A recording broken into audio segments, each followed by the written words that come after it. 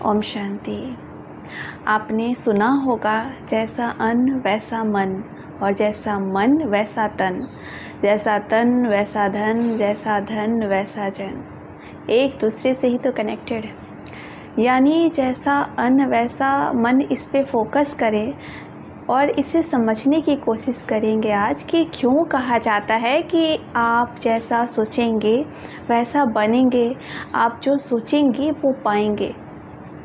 ये संपूर्ण सत्य है, आप जो सोचेंगे वही पाएंगे। लेकिन सोच कैसे बनती है? सोच बनती है जो हम बाहर से इंफॉर्मेशन उठाते हैं, और वो इंफॉर्मेशन हमारे अन्न में भी मिक्स होती है। हम जो खाते हैं, भोजन हमारे शरीर में जाता है, लेकिन उसकी एनर्जी हमारे मन में जाती है।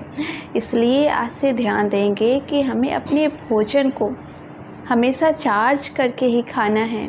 हमें भोजन पर ये कुछ स्वमान प्रयोग करने हैं, फिर वो भोजन को स्वयं भी लेना है और परिवार को भी देना है।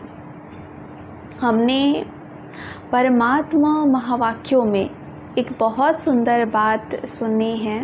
परमात्मा कहते हैं कि अगर आप भोजन को चार्ज नहीं करते हैं, भोजन को ऐसे ही स्वीकार करते हैं और बात करते हुए खाते हैं, या फिर टीवी पर कुछ लो एनर्जी जैसे कि टीवी शोज़ आते हैं, कुछ क्राइम पेट्रोल या न्यूज़ देखते हुए आप भोजन करते हैं, तो भोजन को माया खा जाती है। और परमात्मा कहते हैं कि अगर आप परमात्मा के चिंतन में भोजन नहीं करते हैं तो भोजन माया खा जाती है। सोचने की बात है ज़रा कि माया कैसे भोजन खा जाती है, और ये माया क्या है? माया है कमी और कमजोरियाँ। कमी कमजोरियाँ हमारे भोजन को खा जाती हैं। कैसे खा जाती हैं? देखें, इस पर विचार करें। भोजन कौन करता है? भोजन आत्मा करती है या शरीर करता है? आत्मा भोजन करती है शरीर के लिए। आत्मा अगर शरीर में ना हो तो कोई भोजन करेगा नहीं। तो आत्मा भोजन करती है शरीर के लिए। और विचार कौन करता है? विचार भी आत्मा ही करती है, क्योंकि मन आत्मा के अंदर होता है।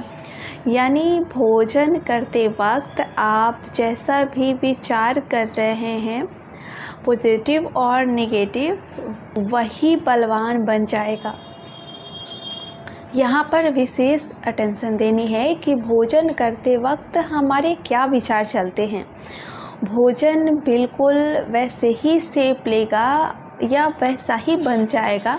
तो मान लीजिए आप भोजन कर रहे हैं और भोजन करते वक्त हम निगेटिव, अनप्रोडक्टिव विचार, वेस्ट विचारों में हम सोच रहे हैं, तो क्या होगा? वही थॉट बलवान बन जाएंगे और वही विचार आपको पूरे दिन परेशान करेंगे, और जैसा सोचेंगे वैसा रेडिएट करेंगे चारों तरफ, और फिर वही रिटर्न आएगा आपके पास। तो परमात्मा कहते हैं मेरी याद में भोजन करो तो पर बल भर जाएगा।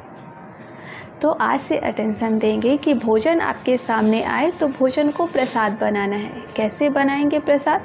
जैसे ही भोजन सामने आया, सबसे पहले उसे देखकर थॉट क्रिएट करेंगे। सबसे पहला थॉट, मैं एक महान पवित्र आत्मा हूँ। क्रिएट करें फीलिंग के साथ। मैं एक महान पवित्र आत्मा हूँ। भोजन को देखते हुए 3 बार क्रिएट करें, मैं एक महान पवित्र आत्मा। आपके आँखों से प्यूरिटी की सफ़ेद किरणें भोजन में जा रही है। दूसरा थॉट क्रिएट करेंगे, मैं महादानी वरदानी आत्मा हूँ। मैं एक महान पवित्र आत्मा हूँ। आपकी आँखों से प्यूरिटी की सफ़ेद किरणें जा रही हैं। दूसरा थॉट क्रिएट करेंगे, मैं महादानी वरदानी आत्मा हूँ। यहाँ पर हम बुद्धि से देखने की कोशिश करेंगे कि मैं महादानी वरदानी आत्मा हूँ, और मैं प्रार्थना करती हूँ उन सब आत्माओं के लिए जो इस समय कहीं भोजन के बिना हैं, जो भूखी हैं, जिन्हें भोजन प्राप्त नहीं हो पाता है उन सब के लिए प्रार्थना करें कि उन सभी आत्माओं को भोजन प्राप्त हो रहा है दिल से। और तीसरा थॉट होगा कृतज्ञता का। मैं आभारी हूँ, मैं कृतज्ञ हूँ कि भोजन मुझे प्राप्त है। अगर आप एक किसान फैमिली से रहे हैं तो आपको ये बात समझाने की ज़रूरत नहीं रही है कि एक किसान ज़मीन की खुदाई करता है, घंटों परिश्रम करता है, तब वो बीज डालने लायक बनती है। बीज डालता है, खाद पानी डालता है, फिर कई महीने तक उसे बच्चे की तरह पालता है। ना परिश्रम किसान करता है। जरा सोचिएगा एक बार, ये बोलना जितना आसान लग रहा है ये करना उतना आसान नहीं। दूसरा, फिर मार्केट में वही और सफाई किया जाता है और उसे पैक करके दुकानों पे भेजा जाता है। दुकानों से फिर आपके घर पर आता है।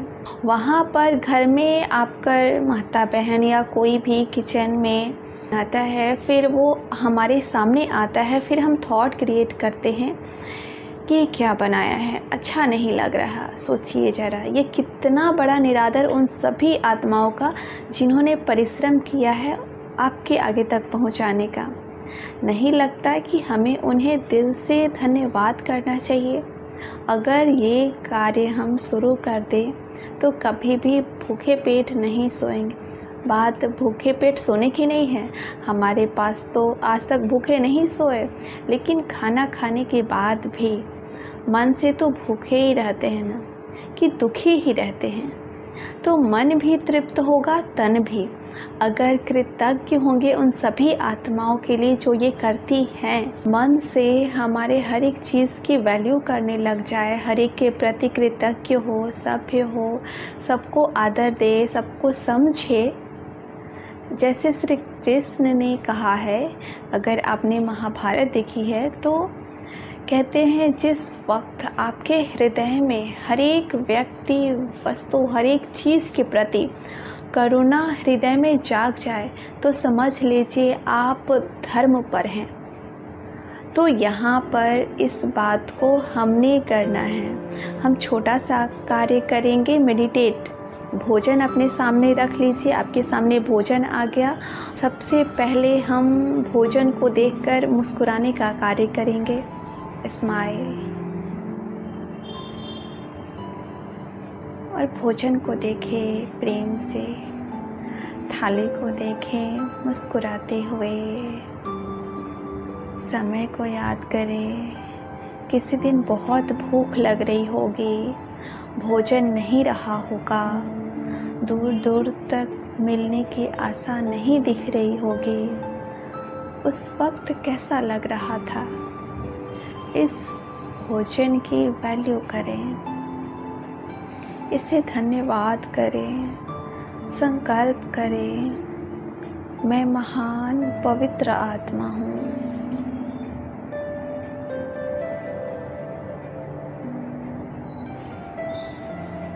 मैं परमात्मा की संतान हूँ, उसकी शक्ति इस भोजन में है।